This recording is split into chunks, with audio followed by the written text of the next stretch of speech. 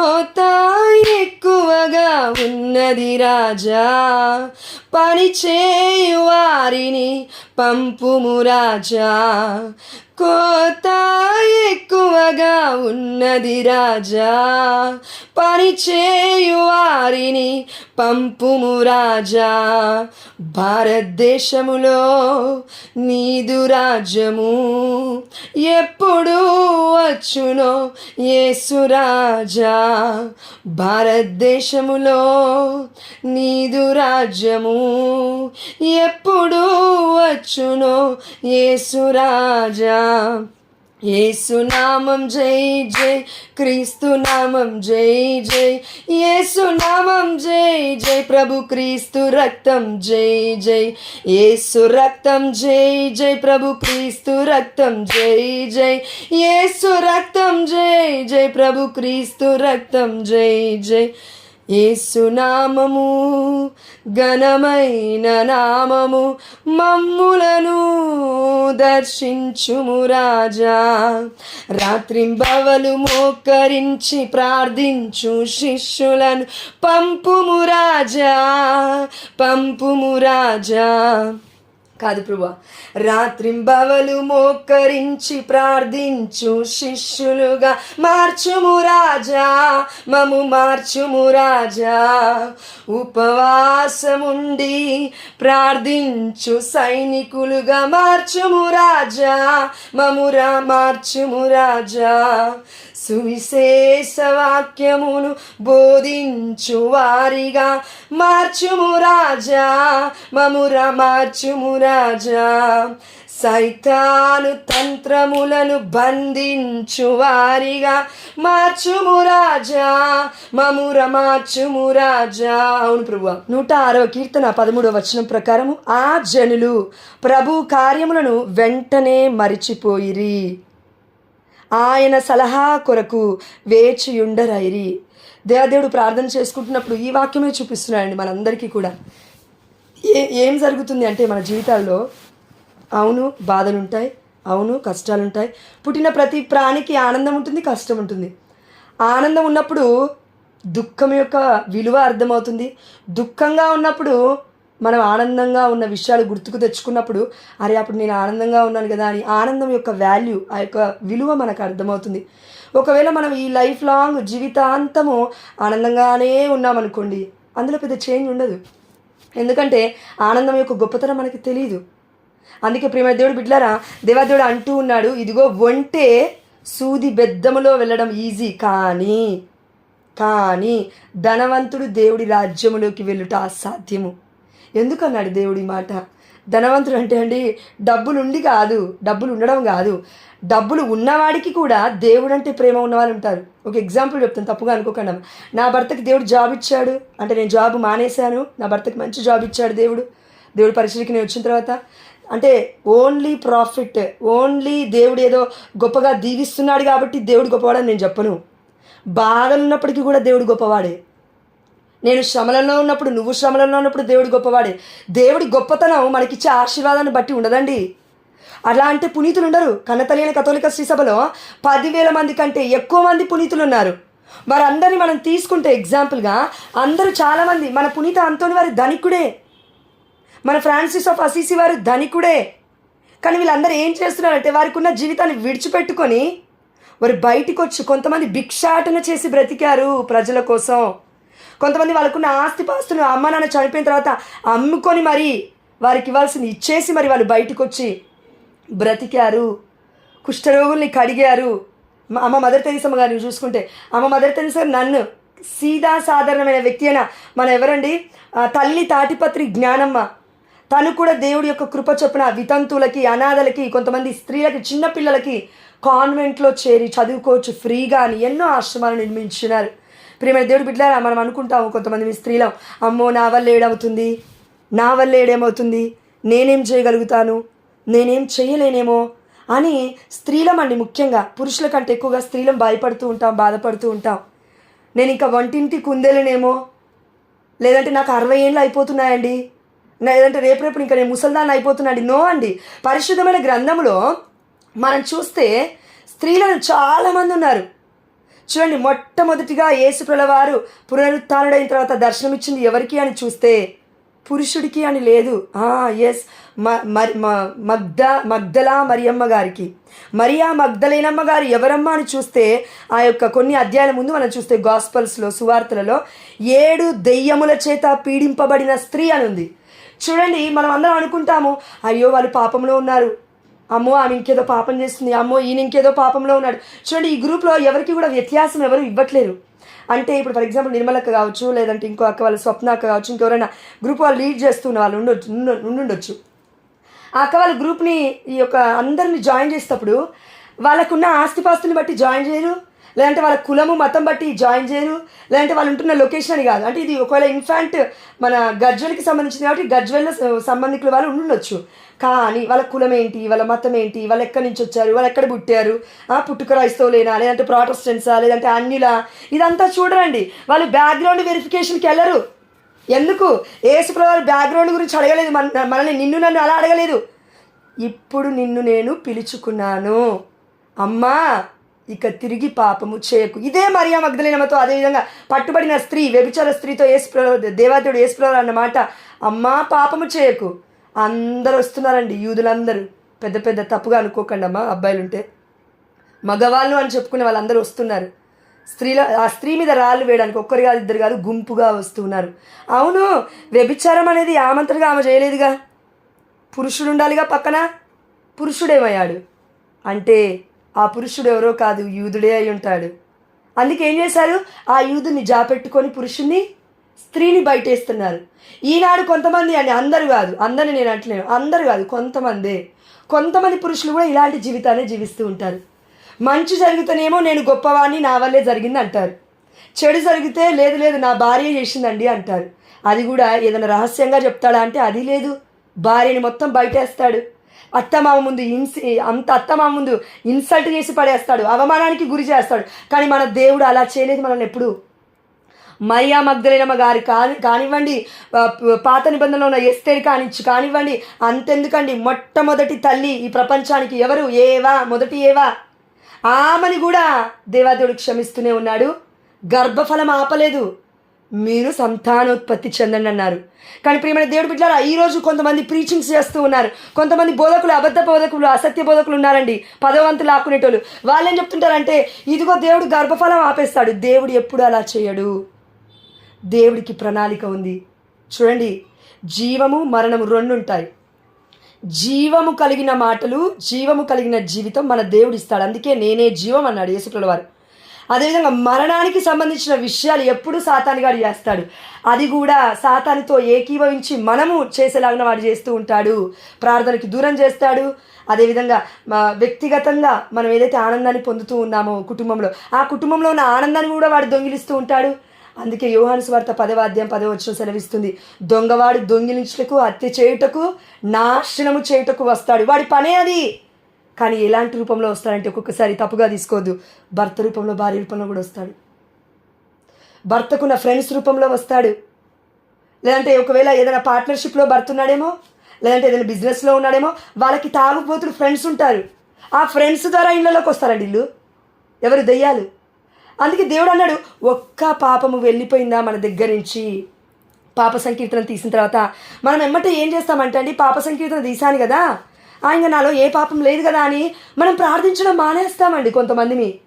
కానీ దేవుడు ఏమంటున్నాడు ఇక్కడ, ఒక్క దెయ్యము ఇల్లు విడిచిపెట్టి వెళ్ళిపోయిందని సంతోషించక 7 దెయ్యాలను తీసుకొని అది వస్తుంది, జాగ్రత్త. ఎందుకు? 7 అంటే ఏంటి? సంపూర్ణమైనది. దళము, 2000 కంటే ఎక్కువ దెయ్యాలు వస్తాయి. నిజం. కోపం, క్రోధం, మోహం. ఈ రోజుల్లో పురుషులు, స్త్రీలు తారతమ్యం లేదు, చిన్నవాళ్ళు, పెద్దవాళ్ళు, మొబైల్, టెక్నాలజీ, ఏది ఓపెన్ చేసినా కూడా బూతులే మొత్తం మొబైల్స్లో అండి. ప్రియమైన దేవుడు బిడ్డలారా, నేను మొట్టమొదటిగా దేవుడి పరిచయం కోసం మా ఆయన ఫోన్ కొనిచ్చాడు. ఆయనకు చిన్న పాత ఫోన్ ఉంది. నాకు వద్దు బుజ్జి, నీకు కావాలి, ఎందుకంటే నువ్వు పరిచయం చేస్తున్నావు కదా, 5000 కాంటాక్ట్స్ అన్నా, ఇంకా ఎన్ని కాంటాక్ట్స్ కావాలన్నా, స్టోరేజ్ కావాలని దాదాపు చాలా అమౌంట్ పెట్టి కొన్నాడండి. నేను అనుకున్నాను, ప్రభువా ఇది నువ్వు ఇచ్చిన దీవెన. నేను అనలేదండి, నా భర్త కొన్నాడు అనలేదు దేవుడితో. నేను, ప్రభువా ఇది నువ్వు ఇచ్చిన దీవెన ఫోన్, ఈ ఫోన్ నీకు సమర్పిస్తున్నానయ్యా, ఈ ఫోనే నా కళ్ళని, నా మాటలని, నా చేతలను, నా క్రియలను అన్నిటినీ ప్రభావితం చేసే శక్తి ఈ సాతాను గాడికి ఉంది. ఎవడికి? ఫోను. ఒకవేళ దేవుడి మహిమార్థమై ఈ మొబైల్ మనం యూజ్ చేస్తే దేవుడికి మహిమ కలుగుతుంది ఫోన్ ద్వారా. ఆమేన్. కానీ ఒకవేళ ఇదే ఫోన్ని మనము లోబడిపోయి, ఇదే ఫోన్కి మనం మొత్తం తినేలాగా మనం మొత్తం దానికి లోబడిపోయి అది మనల్ని తినేస్తూ ఉందేమో ఒక్కొక్కసారి మనం చూసుకోవాలి. ప్రియమైన దేవుడి బిడ్డలారా, చూడండి, ఈరోజు మన దివ్యవాణి టీవీ ఛానల్లో ఒక వీడియో పెట్టారు కదా నిన్నటి రోజు మంగళవారం అని. ఆ వీడియో నేను డౌన్లోడ్ చేద్దామని నా యూట్యూబ్ ఛానల్లో పెట్టుకోవడానికి ఓపెన్ చేస్తున్నానండి. అరే నేను ఏం చేయలేదు, ఒకటి జస్ట్ పక్కనే క్లిక్ చేశాను అంతే. ఓ దేవా, క్లిక్ చేశానో లేదు, ఏంటంటో పిచ్చి పిచ్చి వీడియోలు అన్నీ వచ్చాయి. కొద్దిసేపు నాకు తలంతా హీట్ ఎక్కిపోయింది. ప్రభువా నేను ఏం చూశాను ప్రభువా, నా వల్ల అవ్వట్లేదని మళ్ళీ యేసయ్య రక్తాన్ని ధ్యానిస్తున్నాను. ప్రభువా నీ రక్తంలో నా కన్నుని కడుగు, నీ రక్తంలో నా దేహాన్ని కడుగు, నీ రక్తంలో నా చెవులను కడుగు, నీ రక్తంలో నా నోటిని కడుగు. ప్రభువా నీ రక్తంలో నా తండ్రి ప్రతి అవయవాన్ని కడుగు. ఏది కూడా రెస్పాండ్ అవ్వద్దు ఆ నెగిటివ్ ఇమేజెస్కి, ఏది కూడా చలించొద్దు ఆ నెగిటివ్ మాటలకి, ఏది కూడా నా తండ్రి ఆ యొక్క ఇమేజ్ నేను చూశాను అది ఒకటే తలంపులోకి వస్తుంది ప్రభువా. ఎందుకంటే సాతాను గాడి పనే అది. పర స్త్రీని మోహించకూడదు, పర స్త్రీని తప్పుగా కూడా చూడకూడదు, పర పురుషుని తప్పుగా కూడా చూడకూడదు. అంటే మొబైల్లో మనం ఏం చూస్తున్నాం ఈ రోజులలో బయటికి వెళ్ళి చూడాల్సిన అవసరం లేదండి. మొబైల్లోనే కనబడుతున్నారు పర పురుషులు, మొబైల్లోనే కనబడుతున్నారు పర స్త్రీలు. సగం బట్టలతో మూవీలు, సినిమాలు, సీరియళ్ళు. ప్రియమైన దేవుడి బిడ్డలారా, ప్రతి క్షణము దుష్టుడు మన పక్కనే ఉంటూ ఉన్నాడు, మన కళ్ళ ముందునే ఉంటున్నాడు, వాడి ప్రయత్నం వాడి చేస్తూనే ఉన్నాడు. అయితే మనమేం చేయాలి? సర్వాంగ కవచాన్ని ధరించాలి. Amen, hallelujah. Word of God is a powerful weapon around us. జకరియా గ్రంథం 2వ అధ్యాయం 5వ వచనం సెలవిస్తుంది. ప్రియమైన దేవుడి బిడ్డలారా, దేవుడి అగ్ని కంచ మన కుటుంబ చుట్టూరా ఉంది. ఆమేన్, హల్లెలూయా. అదే మనం సంపాదించుకోలేదు. యేసయ్య శిలువ మీద మరణం పొందాడు, సమస్తానికి సమాప్తమైనది అన్నాడు. అంటే సాతాను శక్తులకి, అంధకార శక్తులకి, నేను అనుకుంటాం కదా బ్లాక్ మ్యాజిక్స్ ఉన్నాయండి, ఎవరో మా మీద చెడు దృష్టిని చూస్తున్నారండి, దిష్టి అండి, గుమ్మడికాయలు కడతామండి, తప్పుగా అనుకోద్దామా, సపోటా కాయలు కడతాము, గుమ్మడికాయలు కడతాము, పుచ్చకాయలు కడతాము. ఏందండి ఇది? క్రైస్తవులైనా మనము? లేదంటే నల్లదారాలు కట్టుకుంటామండి, లేదంటే ఆ డోర్ దగ్గర ఏదో ఒకటి వేస్తారండి సీకు. నేను చూశాను కొంతమంది ఇళ్ళకి ప్రేయర్కి వెళ్ళినప్పుడు నేను చూశాను, సీకేస్తారు. మళ్ళీ క్యాథలిక్స్, మళ్ళీ వాళ్ళు కథోలిక శ్రీ సభలో ఉన్నవాళ్ళు 4 తరాల నుంచి దివ్యసప్రసాద నాదుని తీసుకుంటున్న వాళ్ళు యేసయ్య శక్తి గురించి మాట్లాడడం బంద్ చేసి సాతాను గాడు ఏం చేస్తున్నాడని భయపడే వాళ్ళము. ప్రియమైన దేవుడు బిడ్డలారా, అందుకే దేవుడు మన వర్త్, మన యోగ్యతను బట్టి దేవుడు మనకి రక్షణ ఇవ్వలే. అలా వచ్చింది రక్షణ అవ్వదు, ఉచితంగా వచ్చింది. అది ఏంటది? దేవుడి యొక్క ప్రేమ. దేవుడి ప్రేమ ద్వారా మనం రక్షింపబడ్డాం. దేవుడి ప్రేమ ద్వారా మనం అందరం కూడా సాల్వేషన్లో, రక్షణలో ఉన్నాం ప్రతిరోజు. కానీ ఒక పెద్ద చెట్టు ఉంది, ఆ చెట్టుకి మంచి పండ్లు కాసాయి, మామిడికాయలు అనుకుందాం, ఇప్పుడు సీజన్ అదే కాబట్టి. మామిడికాయల దగ్గరికి వెళ్ళి ఇప్పుడు ఆ మామిడికాయలు చూస్తూ అరే తింటే బాగుండు అనుకుంటామా? చేతికి అందితే ఏం చేస్తాం? వెళ్ళి కోసుకొని తింటాం. తోటమాలు వచ్చి ఏమన్నా సరే దాని తర్వాత ఒకరు దొంగతనం చేస్తే, మామూలుగా సింపుల్గా జోకింగ్గా చెప్తున్నారు, దొంగతనం చేయకూడదు actually according to the Bible. కానీ ఆ సమయంలో మనం కోసుకొని తిన్నప్పుడు ఏం చేస్తామంటే రుచిగా ఉందా పండు అని చూస్తాం. ప్రియమైన దేవుడి బిడ్డలారా, కండ్ల టెంప్టేషన్ని తట్టుకోలేకపోయింది ఏవా మొట్టమొదటిగా ఆదికాండంలో. మనము కూడా అది యేసయ్య ఇచ్చిన పండ అంటే జీవ వృక్షం నుంచి కోస్తున్నామా, సాతాను వృక్షం నుంచి కోస్తున్నామా? అది గుర్తుపట్టాలి మనం. చాలామంది చూడండి ఈ రోజులలో ఆ యొక్క చెట్టు ప్లేస్లో డబ్బే అనుకోండి, డబ్బులు కాస్తున్నాయో డబ్బులు ఉన్నాయనుకోండి, అది జాబ్ అనుకోండి, అది బిజినెస్ అనుకోండి. ఇప్పుడు మనం ఏమనుకుంటామంటే దానికి మంచిగా డబ్బులు వస్తున్నాయి బిజినెస్కి, తీసుకొని ఇంట్లో పెట్టుకోవడం, బంగారం గోల్డ్ ఇంట్లో పెట్టుకోవడం, బీరువాలలో పెట్టుకోవడం. చూడండి మనలో ఇంతమందిని బంగారాన్ని వస్త్రాలండి అవి ఎంత మాత్రం చెప్పండి, తిప్పి కొడితే మేబీ పట్టుచీర నేను ఎక్కువ కొనను, కానీ మీకు తెలిసే ఉంటుంది పట్టుచీరలు ఉంటాయా 10,000 ఉంటుండొచ్చు. నేను కొనే చీరలు 2,000 కంటే ఎక్కువ ఉండవు, తక్కువే ఉంటాయి, లోబడే ఉండవు నా దగ్గర చీరలు. మా ఇంటి నిండా అండి చాలా కబోర్డ్లు ఉంటాయి, కబోర్డ్లు అని తీస్తే మా అమ్మ చూస్తే ఖాళీగా ఉన్నాయండి, బట్టలు వేయాలంటిది ఉండవండి. ఎందుకంటే దేవుడు ప్రేరేపిస్తాడు, ఉంచడు కూడా దేవుడు, ఎక్కడో ఎవరికో అవసరతుంది. ప్రియమైన దేవుడు బిడ్డలారా, పట్టు చీర దగ్గర నుంచి మనం కట్టుకునే వస్త్రం వరకు కూడా మనం కరెక్ట్గా ఆలోచిస్తే దేవుడిచ్చిన భిక్ష అది. కానీ మనమేమంటామంటే ఇది నేను సంపాదించుకున్నాను. అవును, ప్రాణం లేకపోతే ఎట్లా సంపాదించుకునేది? ఊపిరి లేకపోతే ఎట్లా సంపాదించుకునేది? ఆక్సిజన్ సిలిండర్లు పెట్టారు కరోనా సమయంలో, సంపాదించుకున్నామా ఆక్సిజన్ సిలిండర్లు? సరే, ₹1 డబ్బు పెట్టకుండా ఇప్పుడు దేవుడు ఎంతో ఫ్రీగా మన ఈ అందరికీ దేవాదేవుడు కృప చొప్పున ఈ గాలి వల్ల, కార్బన్ డైఆక్సైడ్ వల్ల ఈ యొక్క వంట గ్యాస్లు ఉన్నాయి. ఈ వంట గ్యాస్లు కూడా దొరకట్లేవు కదా, ఈ మధ్యలో కొరత వచ్చేసింది. దానికి కూడా దేవుడు ఈ సృష్టినే వాడుకుంటున్నాడు కదా. ప్రియమైన దేవుడు బిడ్డలారా, కానీ ఈ సృష్టిలో అన్నిటికంటే అమూల్యమైన వాళ్ళం మనము. ఎందుకు? దేవుడి రూపములో, దేవుడి పోలికలలో దేవుడు మనం చేసుకున్నాడు. కానీ మనం ఏం ఆలోచిస్తున్నామంటే నా బిజినెస్, నా జాబు, నా పిల్లలు, నా భర్త, నా ఇది చూడండి, నాది నాది నాది నాది అంటున్నాం. కానీ బిఫోర్ ఐ గాట్ మ్యారేజ్, నా భర్తని నేను పెళ్లి చేసుకోకముందు, నా భర్త నన్ను పెళ్లి చేసుకోకముందు అసలు ఆయన ఎవరు నాకు తెలీదు. దేవుడు పెళ్లి చేసేంతవరకు ఆయన పేరేంటో కూడా నాకు తెలీదు. దేవుడు ఆయన్ని చూపించేంత వరకు ఎంగేజ్మెంట్ రోజు ఆయన ఎవరో నాకు తెలియదండి. నేను కాళ్ళు చూసి ఇష్టపడ్డాను మా హస్బెండ్ని అరేంజ్ మ్యారేజ్లో. అంటే దేవుడి పాదాలంటే స్తంభములాగా తెల్లగా నిగనిగలాడుతున్నాయంటే దేవుడు సైన్ చూపించబట్టి గుర్తు చూపించాడు. ప్రియమైన దేవుడు బిడ్డలారా, నా ఎక్స్పీరియన్స్ నేను చెప్తున్నాను. ఏదంటే ప్రతి దాంట్లో దేవుడి చిత్తం అడిగే బయలుదేరాలి. మనం ఎవరమైనా సరే ఎప్పుడైతే మన చిత్తమును ముందు పెట్టి, మన ఇష్టమును ముందు పెట్టి దేవుడు చెప్తున్నప్పటికీ కూడా ప్రభువా లేదు ఇది చేయవా, బలవంతం చేయొద్దు దేవుణ్ణి. ప్రియమైన దేవుడు బిడ్డలారా, మా గ్రూప్లో ఒక తల్లి ఉంది. ఆ తల్లి అప్పుడప్పుడు కాల్ చేస్తూ ఉంటుంది. ఆమె అంటూ ఉంది, నా పాపకి అంటే నా బిడ్డకి పెళ్ళి కావట్లేదమ్మా, ఆస్తుంది అంతా ఉంది, నా భర్త చనిపోయాడు రీసెంట్గా కొన్ని సంవత్సరాల ముందు, అన్నీ ఉన్నాయి కానీ పెళ్ళి కావట్లేదు. నేను అన్నాను కొద్దిసేపు మాట్లాడిన తర్వాత, వాక్యం చదువుతుందా అంటే చదవదు, కానీ భయం ఉందమ్మా దేవుడు అంటే భక్తి ఉందని. అరే, భయం భక్తి గురించి మాట్లాడతావేంటక్క? బైబిల్ చదువుతుందని అంటే లేదు చదవదు కానీ భయం భక్తి. Without actions how can you prove to God? క్రియలు లేకుండా దేవుని నువ్వు నమ్ముతున్నామని ఎట్లా అండి మనం చెప్పేది? ప్రియమైన దేవుడు బిడ్డ, ఇది నేను అంటున్నానండి, దేవుడు అంటున్నాడు, ఆయన సలహా కొరకు వేచి ఉండరైరి, పట్టుక్కుమని పెళ్లి చేస్తారండి. ఆస్తిపాస్తులు ఉన్నాయండి పెళ్లి చేసుకునే కుమారుడికి. ఇటు ఆయన కూడా అంతే, ఆ అమ్మాయికి జాబ్ ఉందని, ఆ అమ్మాయి ఆ యొక్క పుట్టుగోత్రాలు మొత్తం బాగుంది అనేసి అనుకొని, ఆస్తిపాస్తులు బాగానే ఉన్నాయి, ఒకటే కూతురు కదా మొత్తం రాసిస్తారేమో అనుకొని పెళ్లి చేసుకుంటాడు. నేను నా రియల్ లైఫ్లో ఎక్స్పీరియన్స్ చేశాను. 2 అమ్మాయిలు ఉన్నారు, మీకు నెంబర్లు కూడా ఇస్తాను, వాళ్ళతో మాట్లాడితే కౌన్సిలింగ్ కూడా వెళ్ళండి మీరు కావాలంటే. 2 పిల్లలు, ఆడపిల్లలు, 25 ఏళ్ళు 26 ఏళ్ళు. తల్లి తొందరపడి 24 ఏళ్ళలోపే పెళ్లి చేసింది. 26 ఏళ్ళు 27 ఏళ్ళు వచ్చేలోపు అయ్యో అమెరికాకి వెళ్ళింది, జైలు భర్త దగ్గర. అతను రోజు తాళమేసి వెళ్ళిపోయేవాడు, వచ్చిన తర్వాత ఫోన్లు చెక్ చేసేవాడు. భరించింది. ఒకరోజు ప్రార్థన చేసుకుంటే వెళ్ళిపో అన్నాడంట దేవుడు. పరిగెట్టింది అక్కడి నుంచి. ఏదో ఒక విధంగా దేవుడు బయటపడేశాడు. అమెరికా సంబంధం అని చేసుకున్నారండి. కానీ తీరా చూస్తే ఏమర్థమైందంటే ఆస్తి ఎక్కువగా ఉంది కదా అందుకు చేసుకున్నాడు. అంతకుముందుకు ఆల్రెడీ ఒక పెళ్ళయింది ఆ అబ్బాయికి. మళ్ళీ ఇంకా ఈ అమ్మాయికి ఇంకా బుద్ధి రాలేదంటారా? పాపం 2 పెళ్లి చేసుకుందండి పిచ్చిది.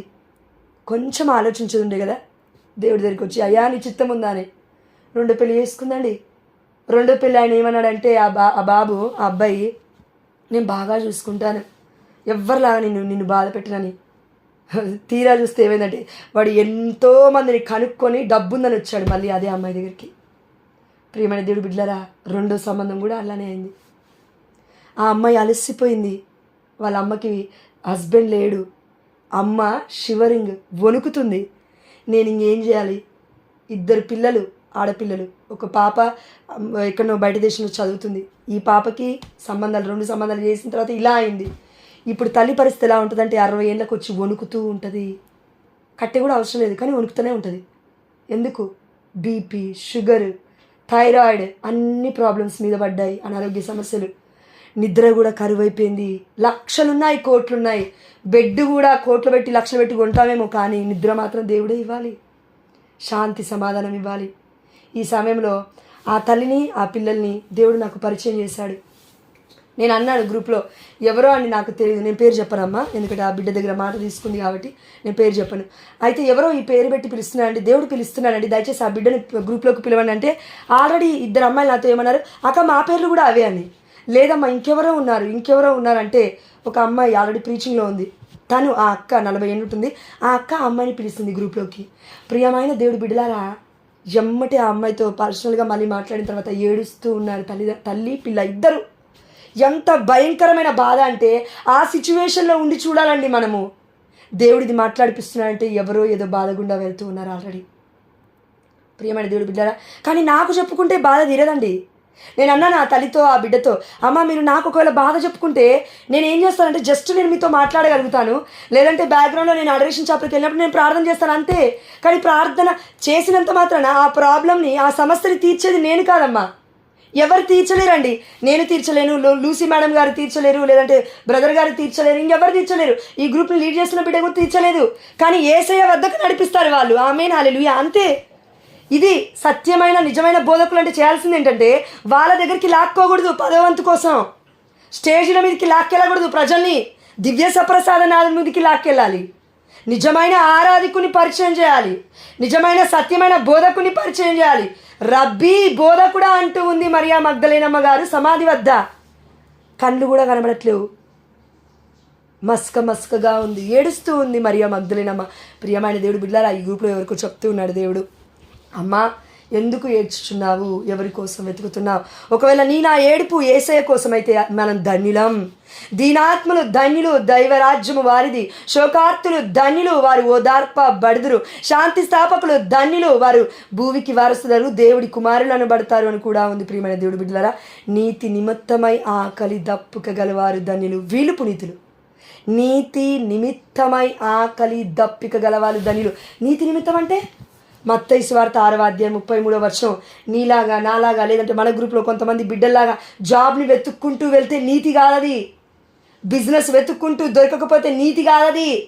దేవుణ్ణి వెతికేటప్పుడు వాటిని సెకండరీలో పెట్టి చూసేవాళ్ళు నీతిమంతులని అంటున్నారు దేవదేవుడు. ఎందుకు పునీతులందరినీ నీతిమంతులే అంటామండి? అంతెందుకు, మన యేసు వారు నీతిమంతులకి రాజు రాజు. హేబేలు రక్తం మొరపెట్టింది ఆదికాండంలో, అవునా? ఇప్పటికీ ఒక రక్తం మొరపెడుతుంది ప్రపంచం కోసం. ఎవరది అంటే యేసయ్య రక్తము. కేవలం హేబేలు రక్తము కయీనుని, తన సొంత అన్నని చంపు చంపు చంపు ఎప్పుడు శిక్షిస్తామని అడిగింది. హేబేలు రక్తము. దేవుడి విషయంలో నీతిమంతుడేమో కానీ ప్రపంచాన్ని కాపాడడంలో అతనికి నీతిమంతత్వం లేదు. ఎందుకంటే ఆయన రక్తం ప్రపంచం కోసం. దేవుడి కుమారుడు కాదు ఆయన. కానీ యేసుప్రభువు చచ్చిపోతున్నప్పుడు కూడా అన్నాడు, నన్ను నిన్ను అక్కడున్న ప్రజలు చూస్తే ఏమని అంటే, అయా నా బిడ్డలకి ఏం చేస్తున్నారు తెలియదు ప్రభువా, వారిని మన్నించు. ప్రియమైన దేవుడి బిడ్డలారా, మనం ఎప్పుడైతే మరణాన్ని తలుచుకుంటామో అప్పుడే పునరుత్థానపు వెలుగు మన కుటుంబంలో ఉంటుంది. ఆమేన్ హల్లెలూయా. దేవుడి ముఖ తేజస్సు మన యొక్క గ్రూప్ మీద, మన కుటుంబం మీద ప్రకాశించబడునుగాక యేసు నామములో. ఆమేన్ హల్లెలూయా. కానీ మనం చేయాల్సిన ప్రయత్నం ఏంటంటే వాక్యం పట్టుకోవాలి, అంటే దేవుణ్ణి పట్టుకోగలగాలి, మనిషిని విడిచిపెట్టాలి. నేను ఆ బిడ్డతో ఒకటే అన్నాను, ఆ తల్లితో ఆ బిడ్డతో, అమ్మా ప్రార్థన చేద్దాం, కానీ ఫలితం దేవుడి చేతిలో ఉంది, మన చేతిలో ఎవరి చేతిలో లేదు. అది ఎవరు చేయాలంటే, నేను తింటే నీకు ఆకలి తీరదు, నువ్వు తింటే నాకు ఆకలి తీరదు. గుర్రాన్ని నీళ్ళ వరకు తీసుకొస్తాం కానీ తాగించలేంగా, గాడిదనైనా అంతే కదా. ప్రియమైన దేవుడి బిడ్డలారా, మనం చేయాల్సింది ఏంటంటే జస్ట్ ఈ గ్రూప్లో ఉన్న బిడ్డలు జస్ట్ మీకు దేవుడు అంటే ఏంటి, డివైన్ మర్సీ ప్రేయర్ అంటే ఏంటి, మరియతల్లి జపమాల ప్రార్థన అంటే ఏంటి జస్ట్ పరిచయం చేస్తున్నారు అంతే. వాళ్ళ బాధ్యత అది, దేవుడిచ్చిన పరిచర్య. అంతేగాని రండి రండి రండి అని కాలు పట్టుకొని ఏలు పట్టుకొని ఇంటికి వచ్చి బొట్టు పెట్టి పేరంటానికి విషయాలు పిలవాలంటే కష్టం. అట్లా వాళ్ళకి కుటుంబాలు ఉన్నాయి, వాళ్ళకి జీవితం ఉంది, వాళ్ళకి భర్తలు ఉన్నారు, వాళ్ళకి పిల్లలు ఉన్నారు, నీకు నాకున్నట్లు వాళ్ళకు కూడా ఉన్నారు. వాళ్ళకేం పని పాట లేక లేరు గ్రూప్లో. మనం ఆలోచించాలి మన బాధ్యత ఏంటి. గ్రూప్లో సమయానికి క్రమశిక్షణ కలిగి జాయిన్ అవ్వాలి. ప్రియమైన దేవుడు బిడ్డారా, నాకు ఒకటే వండర్ఫుల్ అనిపిస్తుంది. దేవుడు అంటున్నాడు ఇక్కడ, ఆ జనులు ప్రభు కార్యములను వెంటనే మర్చిపోయి. ఇప్పుడు ఏదైనా శ్రమ వచ్చింది, దేవుడికి తెలియకుండా అవుతుందా మన కుటుంబంలో? అవ్వదు. శ్రమ వచ్చింది అంటే దేవుడు పరీక్ష గుండా తీసుకువెళ్తున్నాడు. ఆ సమయంలో మన ఫోకస్ మొత్తం ఎలా ఉంటుందంటే, అరే దేవుడు ఆలోచించాడేమో, దేవుడి దగ్గరికే వెళ్ళి దేవుణ్ణి ఆశ్రయించి నేను మళ్ళీ అడుగుతాననే ఆలోచన మనకు ఉండదండి. మనం ఏం చేస్తాం తెలుసా, ఎమ్మటే మన ఆలోచన మొత్తం పక్కింటి వాళ్ళ మీద పోతుంది, లేదంటే మనకి దగ్గర బంధువుల మీద పోతుంది, లేదంటే దూర బంధువుల మీద పోతుంది. ఎందుకు?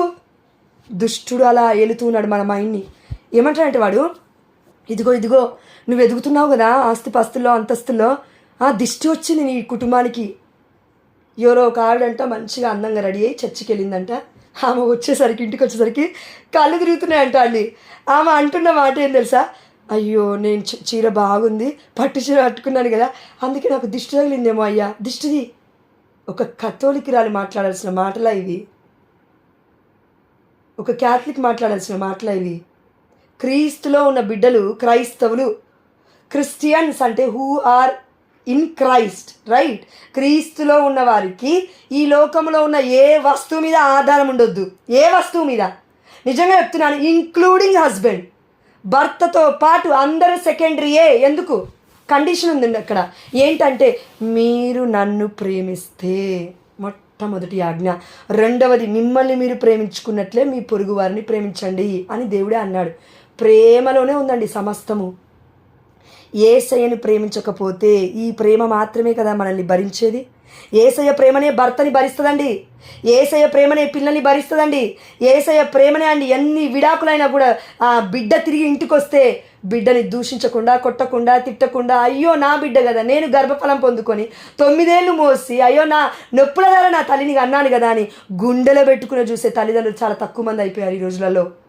ఎప్పుడెప్పుడు వెళ్ళిపోతుందా అని, పీడా పోతుందని, వయస్సు రాకముందే 23 ఏళ్ళకి, 22 ఏళ్ళకి, 20 ఏళ్ళకి, 18 ఏళ్ళకి పెళ్లి చేసే తల్లిదండ్రులు ఈ రోజున ఎంతోమంది ఉన్నారు. ప్రియమైన దేవుడు బిడ్డారు, ఇప్పటికీ కూడా మా అక్క బాధపడుతూనే ఉంది. నిజం చెప్తున్నాను, అమ్మ ఎందుకు చేశావు ఇంత తొందరగా పెళ్ళి? అబ్బాయి చాలా అందంగా ఉన్నాడు, 6 అడుగుల అందగాడు, చేశారు. ఇప్పటికి 14-15 ఏండ్లు అదే బాధ. దేవుడి కృప వల్ల బైబిల్ పట్టుకుంది ఆల్మోస్ట్ ఒక 1 ఇయర్ అయింది.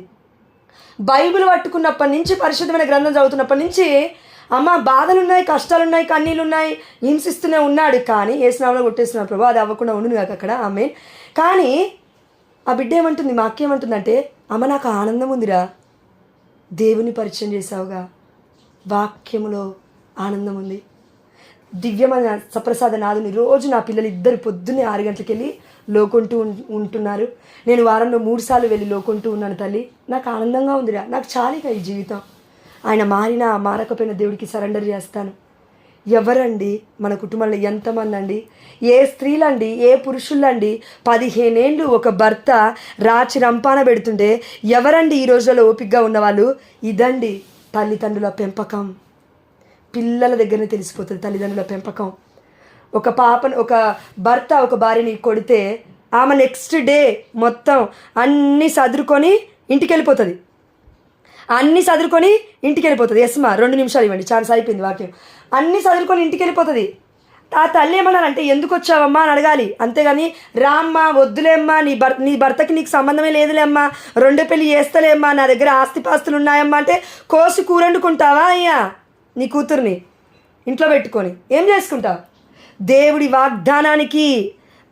వాగ్దానానికి మనమందరం కట్టుబడి లేము. అదేంటి? మత్తయి సువార్త 19వ అధ్యాయం 6వ వచనము, దేవుడు జతపరిచిన జంటను మానవ మాత్రుడు వేరుపరచరాదు. నువ్వెంత ఆస్తిపరుడైనాగా, నువ్వెంత పాలిటిక్స్లో అయినా ఉండు, నువ్వు ఇంజనీరింగ్గా, నువ్వు లాయర్గా, you may be the doctor, don't care in front of God.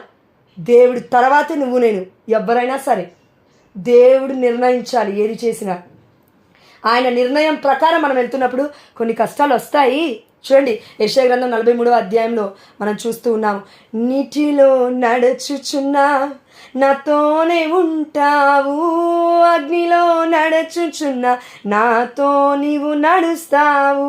ప్రభువు అక్కడ యాకోబుతో అంటున్నాడు, నేను నిన్ను పేరెత్తి పిలిచితిని, నీవు నా వాడవు. కానీ అంత వాడవు అంటే ఎంత గొప్ప. యాకోబుతో దేవాదేవుడు అంటున్నాడు అంటే ఇజ్రాయేలు అని పేరు, అవునా? ఇజ్రాయేలు అని కానీ ఇండివిజువల్గా నువ్వు నేను దేవుడి బిడ్డలం. పేరెత్తి పిలుచుకున్నాడు. చీమకి పేరు పెట్టలే దేవుడు, దోమకి పేరు పెట్టలే దేవుడు, గాడిదలకు పేర్లు పెట్టలే దేవుడు, కానీ మనుషులకు మాత్రమే పేరు పెట్టి పిలుస్తూ ఉన్నాడు. నీ పేరును నా అరచేతిలో చెక్కుకొని ఉన్నాడు. నీ తల్లి మాత్రం గర్భంలో నువ్వు రూపొందకపోతే నేను నిన్ను ఎన్నుకొని ఉన్నాను. నిన్ను పేరుని కూడా నువ్వు పుట్టక ముందే జీవ గ్రంథంలో రాశాను అని కీర్తన గ్రంథంలో దేవాదేవుడు చెప్తూ ఉన్నాడు. ప్రియమైన దేవుడి బిడ్డలారా, మనం అమూల్యమైన వాళ్ళం. కానీ మనం ఎక్కడ పడిపోతున్నామంటే ఫోకస్ మన మొత్తము సాతాను మీదకి వెళ్తుంది, లేదంటే మనుషుల మీదకి వెళ్తుంది, లేదంటే ఈ లోక వ్యామోహాల మీదకి వెళ్తుంది, లేదంటే ఈ లోకంలో ఉన్న వస్తువుల మీదకి వెళ్తుందేమో. అది అక్కడికి వెళ్ళొద్దు. మనం అవన్నీ వేస్ట్. దేవుడు మాత్రమే మన దృష్టి, మన ఫోకస్. చివరిగా ఒక మాట, గురి లేని వాడికి ఏకాగ్రత ఉండదు. నీ పిల్లలు నా పిల్లలు ఒకవేళ చదువుతున్నట్లయితే, నీ పిల్లలంటే నా పిల్లలంటే మీరే అండి. నేను ఎవరికైతే వాక్యం బోధిస్తానో వారే నా పిల్లలు, ఇంకా నాకు పిల్లలు లేదు. దేవుడికి మహిమ కలుగును గాక. కాబట్టి ప్రియమైన దేవుడి బిడ్డలారా, గురి లేని వాడికి ఏకాగ్రత ఉండదు. నీ కుమారుని అడుగు, అయ్యా ఏమవుతావురా అంటే ఇంజనీరింగ్ అవుతాను డాడీ అని అన్నవాడికి గురింది, తప్పకుండా వాడు కష్టపడి చదువుతాడు. గురి లేదా ఏమవుతాడో వాడికి తెలీదు, పెద్దగైన పాపకు కూడా తెలీదు. గమ్యము తెలియకపోతే భయం నీకు నాకు, అవునా? ఇక్కడ స్టార్ట్ అవుతాము భయం కాబట్టి ఏం చేస్తాం, ఈ రోజుల్లో రూట్ మ్యాప్ ఆన్ చేసుకుని వెళ్తాము. అది కూడా ఒక్కొక్కసారి మనల్ని మోసం చేస్తుందా లేదా? గలీలలోకి తీసుకెళ్ళి మోసం చేస్తుంది. అక్కడ తీరా చూస్తే రోడ్డే ఉండదు అక్కడ. ప్రియమైన దేవుని బిడ్డ, this road is in service అని ఉంటుంది. కాబట్టి దయచేసి గుర్తుపడదాము, గమ్యము లేని వాడికి ఎప్పుడూ భయమే. లక్ష్యము గురి లేని వాడికి ఏకాగ్రత ఎప్పుడూ ఉండదు, అంటే స్థిరత్వం ఉండదు. ఇది నేను చెప్పట్లేనండి. 51వ కీర్తనలో 6వ వచనం, నీవు చిత్తశుద్ధిని కోరువాడవు ప్రభు, నా మనస్సును నీ జ్ఞానముతో నింపు. జ్ఞానం అనగా నేనే మార్గం, నేనే సత్యం, నేనే జీవం. వాక్యం జ్ఞానం వాక్యంలో ఉందండి. అందుకే ఎవరు దేవుల్లో వృక్షము వలె ఎదుగుతారంటే, ఆ బిడ్డల ప్రార్థన చేసినట్లుగా వృక్షం వలె ఎవరు ఎదుగుతారంటే, దివారాత్రములు దేవుడి యొక్క వాక్కుని ధ్యానించువాడు ధన్యుడు. వాడు ఏటి ఒడ్డున నాటగా సకాలమున పండ్లనిచ్చును. ఎండిపోని చెట్టు వంటి వాడు, ఆకులు వాడిపోతాయని చెప్పట్లేదు దేవుడు, ఆకులు వాడిపోవు అంటే ఎప్పటికీ వెలుగులాగా. I am the light of the world అన్నాడు యేసుప్రభువు వారు. You and me are the light of the world. Now I am the salt to this earth అని దేవాదేవుడు అంటున్నాడు. నేను ఉప్పు వలె ఉన్నాను, మీరును ఈ లోకానికి మీ కుటుంబాలకి ఉప్పు వలె ఉండాలి. ఉప్పుదనాన్ని కోల్పోతే తొక్కి వేయబడుతుంది. ప్రియమైన దేవుడు బిడ్డలారా, ఉంటే వేడిగైనా ఉండు, ఉంటే చల్లగైనా ఉండు, నులివెచ్చని జీవితం కలిగి జీవిస్తే నా నోటి నుంచి ఉమివేస్తాను యేసయ్య అన్నాడు దర్శన గ్రంథంలో. కాబట్టి ప్రియమైన దేవుడు బిడ్డలారా, ఈ గ్రూప్లో నాకు పేర్లు ఎవరిది తెలియదమ్మా. మన నిర్మల ఆంటీ అండ్ ఇంకో శ్వేతాకనో ఎవరో స్వప్నాకనో ఉన్నారు కదా, వాళ్ళిద్దరు తప్ప నవ్య అనే బిడ్డను ఆ దేవాదేవుడు పేరు పెట్టి పిలుస్తూ ఉన్నాడు. మేబీ ఒకవేళ దేవుడు మీకు ప్రేరేపిస్తే మీ కుటుంబ సభ్యులలో ఎవరైనా ఉంటే ఈ గ్రూప్కి పిలుచుకోండి, ఆ బిడ్డని దేవుడు బలపరుస్తాడు. ఆమేన్, హల్లెలూయా. స్నోరింగ్, ఎవరికో గురక సౌండ్ విపరీతంగా వస్తుందండి, అది సైనస్ ప్రాబ్లం వల్ల అయ్యుండొచ్చు. దేవాదేవుడు చెప్తూ ఉన్నాడు. ఆ బిడ్డకి సంపూర్ణంగా దేవాదేవుడు స్వస్థతను ఇచ్చినాడు. ఆమేన్, హల్లెలూయా. ఇంకో బిడ్డకి గొంతు దగ్గర విపరీతమైన దురద, గొంతు దగ్గర, ముక్కులో, చెవుల దగ్గర, ఎక్కడ ఈ యొక్క మూడు ఆర్గాన్స్లలో ఒక అన్కంఫర్ట్నెస్ ఉంది, అంటే ఇబ్బందికరంగా ఉంది ఏది పని చేస్తున్నా కూడా. దేవాదేవుడు స్వస్థపరిచున్నాడు. ఆమేన్, హల్లెలూయా. ఎవరికో కుడి చెయ్యి బొట్టని వేలు నొప్పిలేస్తూ ఉంది, దేవాదేవుడు స్వస్థపరిచినాడు. దేవుడికి మహిమ కలుగును గాక. Thank you Jesus, praise you Jesus. ఇంకొకరు ఇంట్లో అమ్మ దయచేసి భయపడద్దు, నేను భయపెట్టడానికి జాయిన్ అవ్వలే గ్రూప్లో, ముందుగా జరగబోయే చెప్పడానికి. భార్యకి చెప్పండి, పిల్లలకి చెప్పండి, కుటుంబంలో ఉన్న వాళ్ళ పెద్దవాళ్ళందరికీ చెప్పండి. ఇంట్లో నుండి మీరు బయటికి వెళ్ళినప్పుడు గ్యాస్ కట్టేసి వెళ్ళండి. దేవుడు పొగ చూపిస్తున్నాడు అంటే ఏదో గ్యాస్ పేలే ప్రమాదం ఉంది. దయచేసి ఇంకొకటి, ఫ్రిడ్జ్లు కూడా కొంచెం చూసుకోండి అమ్మ. ఈ ఎండాకాలం విపరీతమైన హీట్ అవుతున్నప్పుడు అట్లా జరుగుతూ ఉన్నాయి. దయచేసి మీరు చూసుకోండి. దయచేసి మళ్ళీ దాని తర్వాత దేవుని అనొద్దు, ఆల్రెడీ దేవుడు ముందే చెప్పాడు. కొంచెం జ్ఞానం కలిగి ఉందా, పొగ చూపిస్తున్నాడు దేవాదేవుడు ఇంట్లో. టేక్ కేర్, ఓకేనా Lord. We are surrendering every child in this group Lord. మీ ప్రతి ఒక్క బిడ్డని నీ పాదాలకు సమర్పిస్తూ, ఈ యొక్క ప్రమాదం జరగబోతున్న గృహాన్ని నీకు సమర్పిస్తూ, మా అందరికీ జ్ఞానం ఇవ్వండి ప్రభువా. నువ్వేం చెప్తున్నావు మేము అర్థం చేసుకొని నీలో ఇంకా ఎదుగుటకు మాకు శక్తిని, నీ యొక్క కృపను, నీ యొక్క అనుగ్రహాన్ని.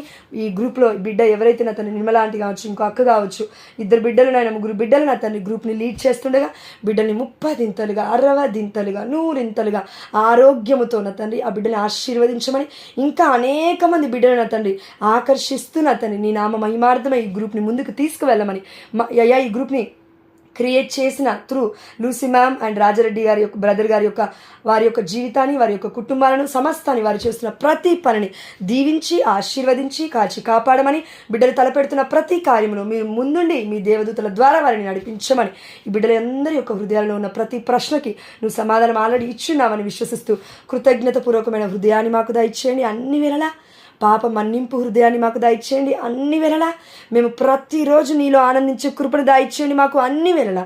మా నాథుడైన యేసుక్రీస్తు అతి పరిశుద్ధమైన నామములో ఈ యొక్క అర్ధగంట సేపు నన్ను నేను మహిమపరుచుకున్నట్లయితే నన్ను మన్నించి, అయ్యా నీవు హెచ్చింపబడాలి, నేను తగ్గింపబడాలి, నన్ను క్షమించమని మా అమ్మ మరియు తల్లి నిత్య సహాయం మత మధ్యవర్తిత్వ ప్రార్థన ద్వారా అడుగుచు. అమ్మ, ఎవరో ఒక్కరు ఇందులో ఈ గ్రూప్లో ఒక తల్లి ఒక కుమారుడి కోసం ప్రార్థన చేస్తుంది, జాబ్ కోసం. ఆ తల్లికి భర్త లేడు, దేవదేవుడు ఆ బిడ్డకి జాబ్ ఇస్తున్నాను దేవదేవుడు చెప్తున్నాడు. దేవుడికి మహిమ కలుగును గాక. Amen. Hallelujah. God bless you all. దేవుడికే మహిమ కలుగును గాక. ఆమేన్. ప్రైజ్ లార్డ్ అక్క, ప్రైజ్ లార్డ్ అమ్మ.